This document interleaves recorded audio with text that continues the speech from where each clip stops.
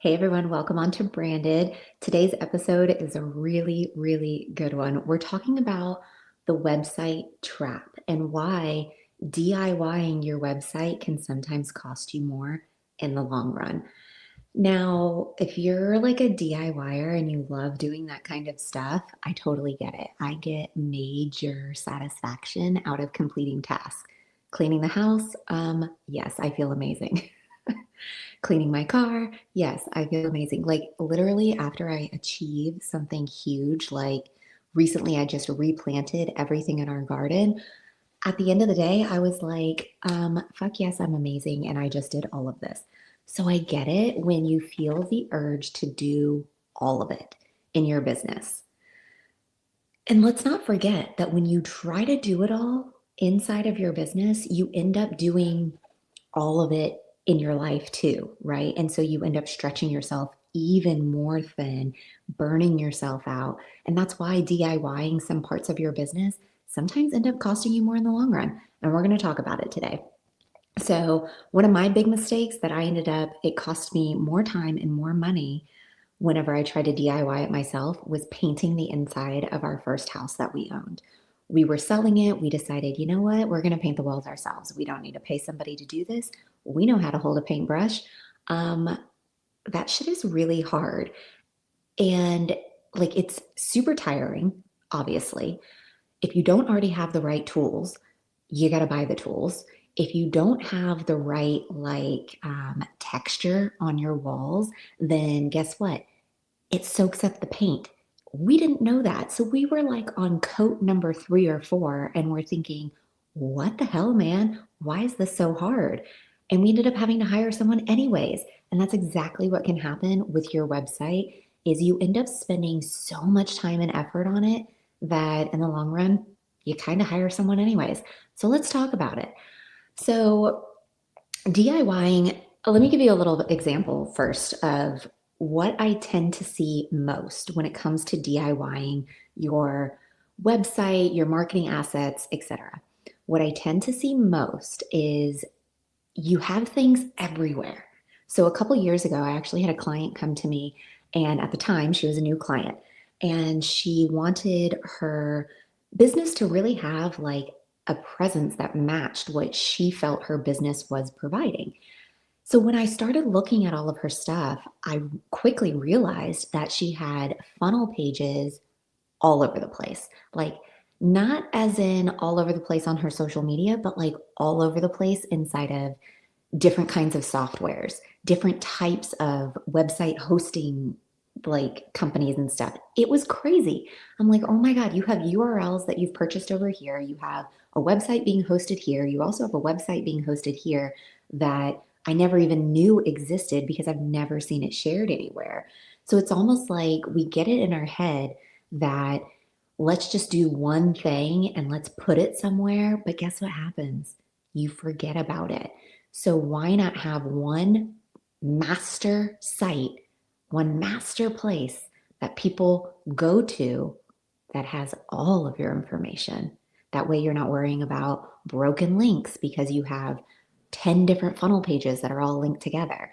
You're not worrying about broken links on your social media because it's one URL and nothing else. You don't have all of these different names of stuff. Like, what's the name of your business? That's your domain name.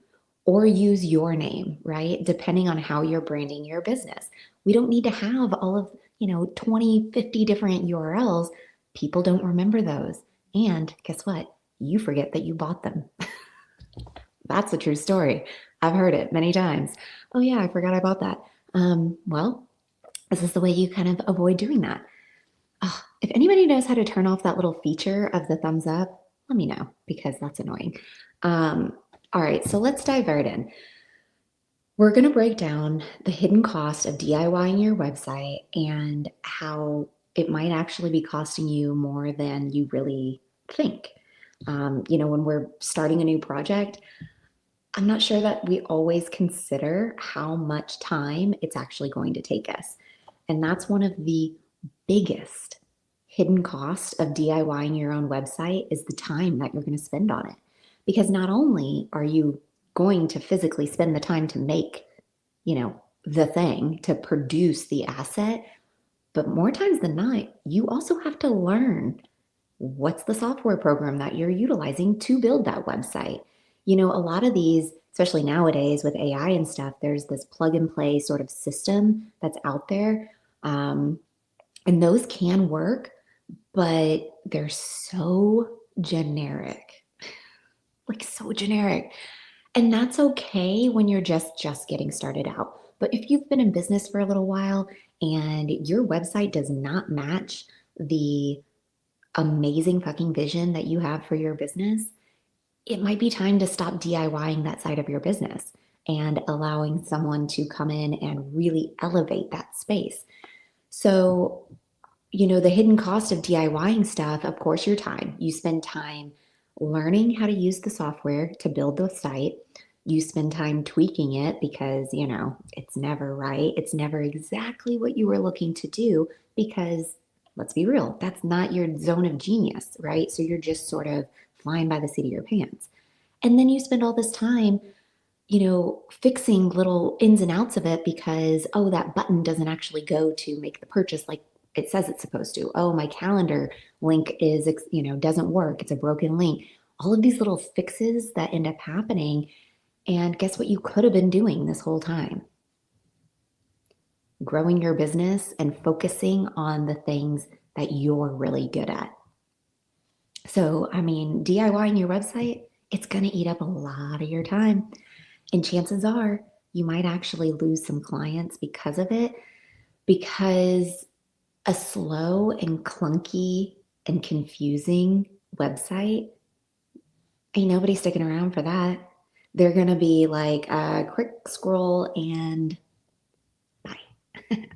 Nobody's sticking around for slow and clunky, something that is super unclear and they don't even know why they're there anymore. They're going to just piece the fuck out. And the last really, really like the hidden cost that people really aren't thinking of is all the rework. Not the first time you do the work, but maybe the second or third time, or maybe when you end up having to hire someone anyways to do the work. So that rework, so many business owners, you end up eventually hiring someone anyways. So you're doubling your cost, you're doubling the time of actually launching that asset because you spent so much time on it on your own, right? Now, I'm not against giving it a good try for DIYing marketing assets in your business and things like that. I think it can actually be really helpful for you as a business owner to understand how robust that side of your business really is. But when I say like, okay, go ahead and try and DIY something, some of your marketing assets, I'm talking about write yourself some emails, put together a resource of some kind, right? Create some sort of guide, like start small. Because if you're going to just dive right in and start DIYing a website, you better be pretty savvy with technology in the first place and be confident in your abilities to fix things on the back end because I'm telling you right now, having a website that looks pretty is only one side of the equation. Having a website that looks pretty and then also performs, those are two, like, you need both sides in order to have a website that is going to actually convert people, right? So they click and then they convert. We want that, right? That's what I want as a business owner. And in the space that I provide to other business owners, I want people to just click and convert. And sometimes a DIY website ain't gonna do, it's just not gonna cut it. So, what are some signs that your website might be kind of hurting your brand, right? Let's dig into this a little bit. So, usually, depending what kind of software you're using, there's some sort of analytics for you. But if there's a really high bounce rate on your website, meaning people go to your website and then quickly are leaving, they're not lingering on your pages, they're not clicking through. Like that's the kind of analytics that sometimes you just want to take a quick snapshot, kind of look at and see like how many pages are people clicking into? Are they getting curious? Is really the question you want to ask yourself. And of course, is it converting? So depending what you're using your website for, right? There's all sorts of different reasons people have websites. It's not always to make a sale on the website, right? For example, my website isn't necessarily about making a sale. It's really more about connecting, speaking directly to the person I want to work with, and then having them book a call or reach out, right? Because the work I do is so highly customized. That's the nature of my website, and that's the role that it plays. It's a tool for communication. It's not necessarily a tool that physically sells something right away. It sells my expertise, it sells my past work, and it sells my communication style. So that's really the most important thing because then people can decide, oh, yeah, yeah, yeah, she's someone I want to work with. Now, if you have a website where you're selling like coaching packages or physical products, or maybe you're an author and you're selling books, right? Your website has a slightly different purpose than what mine would be. So you have to think about these things. What are the bounce rates and what's happening when people end up on your site? Are they clicking around and getting curious? Are they making purchases? Or is it a quick in and out? And if it is a quick in and out and there's a really high bounce rate, that's a great opportunity to ask yourself why. Why aren't people hanging around? Is there not enough conversation happening? Like maybe it's my website copy that isn't keeping people engaged. Maybe it's like maybe you have confusing or outdated design on your website. That's another reason your website could be hurting your brand, right? The design element isn't cohesive with maybe all your socials. Like maybe you made updates to your brand, but you forgot about your website because it was something you DIY'd 5 years ago and you're just like, fuck it, nobody looks at that anyways. Well, then why do you have it? And why are you paying for, a monthly hosting fee or paying for that domain in the first place, right? Like, let's do business like a business owner. And then also visitors, you know, if they don't know what to do next, like really unclear calls to action, they have no idea what the next step in the journey is, that's also going to create a higher bounce rate as well. So really looking at these top three things of what could be hurting your brand within your website is, you know, bounce rates, of course, confusing outdated design, and then having visitors just be very confused about what they're even supposed to be doing next. So if I tell someone, go to socialjmedia.com so you can learn more, I know because I built the site in such a way that the moment they land on the homepage, it really is just a conversation. Like it is something that I could physically be saying on a Zoom call with somebody, or I could send them to my website and they could feel like they're having the same kind of conversation with me. So they can see, oh, this is the type of work that she's doing, this type of vibe that it, comes across. And then you sort of click in and just get to know the business and who I am. And really, your only option is to book a call with me or to download a resource. And then you're going to get onto my email list. And then you're going to hear from me regularly because I'm always emailing out about these weekly shows that we're doing. So, there's always this opportunity to continue the conversation. And when you give somebody your domain and say, hey, go visit xyz.com, like you want to make sure that the information that's there is answering the question of why you sent them there in the first place. And if it's not, then you have some great, you know, opportunity. So I'm going to wrap this up with 3 fixes that you can do today because it's not always in the cards to hire somebody right away. I get that. And sometimes you need a little bit of time to assess what you currently have going on before you hire somebody. Honestly, I would always encourage that because it's also going to give you a clearer picture of what you actually need when you are ready to hire someone. So, 3 fixes to improve your website like today. Check your homepage's clarity. And when I say clarity, I mean, does it immediately communicate who you are and who you serve? So if you land on, let's say someone is like a health coach or something, If I land on their website and I'm not seeing anything about nutrition, I'm not seeing anything about, the mindset behind understanding what our bodies are going through at particular phases of life. Like, if there's not verbiage that is speaking to my health and my wellness and the questions that I'm having about it, then guess what? I'm a little confused as to what it is that you actually do for your business. So make sure your homepage is very clear and it's stating who you are and who you serve in that space. Third, go through all of your calls to action. So that would be any like clickable buttons or links or any CTAs that you have throughout your website. Take a peek at them and give them a little bit of a, zhuzh, like make them a little more enticing or make them a little more clear.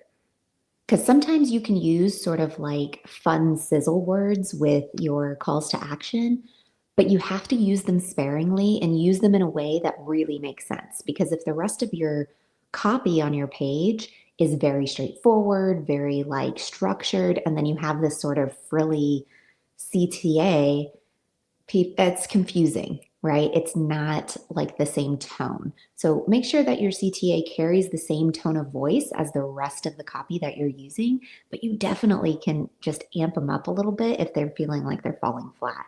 You know, Essentially the goal is when you're looking at your CTAs, the current ones that you have, is it clear what the next step is? Yes, no. And if no is the answer, change it. And if it's yes, move on, go to the next one, right? Not everything needs to be updated or changed. This work is about awareness and making those little sort of 1 degree tweaks and pivots in your business that end up adding up to really, really impactful changes that don't feel like you had to, lift the back of a car to like make sure it happened, right? You could just change this tire and now you change this tire and now, you know what I mean? Like, it's little steps at a time create huge impact. And when you're a solopreneur, baby steps are key. Otherwise, you'll go fucking nuts trying to do it all. The third thing you can do today to check, what your website has going on currently and to improve it is to simplify your navigation. So there's a couple different ways that navigating a website can happen. And you want to check it on desktop and on mobile, because if your website was originally put together by someone who knows what they're doing, they're going to make sure that it's mobile compatible as well as desktop compatible. Um, I won't even go into how much of a pet peeve it is for me to not have a mobile compatible website. I'm like, bye. I won't buy anything from you, because it shows that there's a lack of interest in putting your product out there in the right way. So simplify your navigation and remove anything that's unnecessary in the menu. So, like, let's say maybe you have an old offer, but it's still in your navigation menu and it takes you to a page that isn't live anymore. Delete it. Delete that part of your navigation, right? Remove parts of your business that are outdated, have changed, have been up leveled. Those menu items, I mean, you want to make it as easy as possible for people to work with you. And so if it's incredibly confusing for them to decide, oh, well, this prompt sounds like this prompt, but this page is totally different than this page, like, you don't need to have two coaching buttons, right? You can have maybe an embedded navigation button where it's like coaching, and then it's your different offers of coaching that then show up when you hover over it or something, right? There's ways that you can incorporate more information while also keeping a very clean and simplified look to everything that you're presenting, like all your client facing forward stuff. All right, so key takeaways here. The hidden cost of DIYing your site, right? You've got the time, potentially lost sales, and potentially having to hire someone anyways to do the work. Signs that your website is hurting your brand: high bounce rates, right? Unclear. People just don't know why they're there or what they're doing. And, confusing, outdated design is never good. It's always going to create that little thought in their head that maybe this isn't for them. And you don't want that. Like, you want people immediately landing on your site going, oh, yeah, this is cool. This is great. Like, you want them vibing immediately. Um, I'll give you a good example of this. So, we are currently putting our house on the market, and I am staging the whole home. Like, I love designing digital stuff, right? I love designing websites and just playing around with all sorts of design elements for branding. I love designing in real life too, like spaces. If you watch the show regularly, I'm usually sitting at my desk. Today, I brought this chair into the office and I've redesigned this whole space. I've redesigned the whole fucking house. And when we had our real estate agent stop by recently, he was like, wow, this space, like it feels like a beautifully staged home. And I was like, that was the goal. That was exactly the goal. I want it to be a beautifully staged home, yet we're still living here. So, how do you sort of bridge that gap of actively living in a home while having a beautifully staged home so people can come through and, do showings and whatnot? The same goes for your website. Your business is working and running and evolving, and it is doing all sorts of exciting things. But at face value, it needs to be beautifully designed and work really well for the person who is stopping by, period. So, whether it's in real life or in your business, this applies. And signs that, DIYing it in the first place might be hurting your brand a little bit now, that's okay. It's opportunity to, make some shifts. And then, of course, the three fixes to, kind of amp up your site today. You can simplify your navigation, improve your calls to action, and then check the clarity of your homepage. Make sure it's really super freaking clear that we can tell who you are and who you're serving, right? What you do needs to be blatantly obvious. So go audit your website today. Go check it out because all you really need to focus on is what is one area of improvement that you could do today. Like maybe you just focus on the homepage today. You're like, let me go take a peek and let me make sure it's super clear. And if it's not, spend some time like brain dumping, journaling through, okay, this would be ideal. If someone landed on my site, this is what I, would love to say to them. This is the conversation I would love to have. This is what I want them to know. This is what I really want them to feel, right? What are all these things? And you can start doing that with just one thing, right? Maybe you're not feeling super creative today. So maybe you go through and you just look at your calls to action and you just sort of eyeball them. Even your calls to action in your social media bios, right? You don't always have to say link in bio, right? You don't always have to say something super generic. You can say whatever you want to say when it comes to a call to action because you're speaking directly to your ideal client. And that person is like no other person in the world, right? So talk to them, speak to that, right? And if you're really unclear, like you're feeling like, yes, I want all of this and I have no idea how to do any of it, just grab a 20-minute spot on my calendar. You'll see it I'll drop it in the show notes for you. But yeah, grab a 20-minute spot on my calendar and we can pull up your website and we can do a quick little look-see and we can talk about what you've got going on and where there might be some areas of improvement, right?